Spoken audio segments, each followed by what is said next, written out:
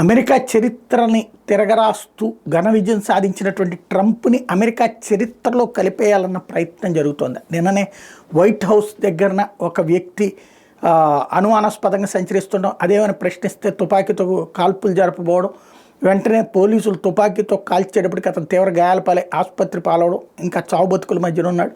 అతను ఎందుకు ఏంటన్న తెలుస్తాడు. బట్ ఆ టైంలో వైట్ హౌస్లో ట్రంప్ లేడు. అదే సమయంలో ఫ్లోరిడాలో మొన్ననే ఎలన్ మాస్క్ను తను కలిపి వీకెండ్ ఎంజాయ్ చేయడానికి వెళ్ళారు. ఇద్దరి స్నేహం అంత బాగుంది అన్న చెప్పుకుని అక్కడ బీచ్ దగ్గర చేస్తున్నాను.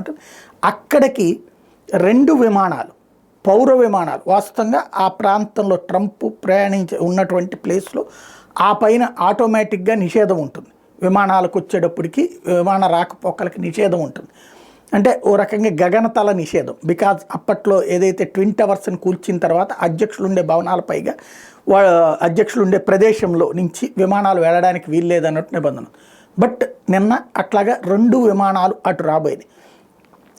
దాని మీద నుంచి వెళ్తున్నటువంటి సందర్భంలో F-16 యుద్ధ విమానాలతో, అంటే అమెరికన్ యుద్ధ విమానాలు అమెరికాకు వస్తున్నటువంటి పౌర విమానాల్ని నిలువరించి అవతలకి పంపించినటువంటి పరిస్థితి.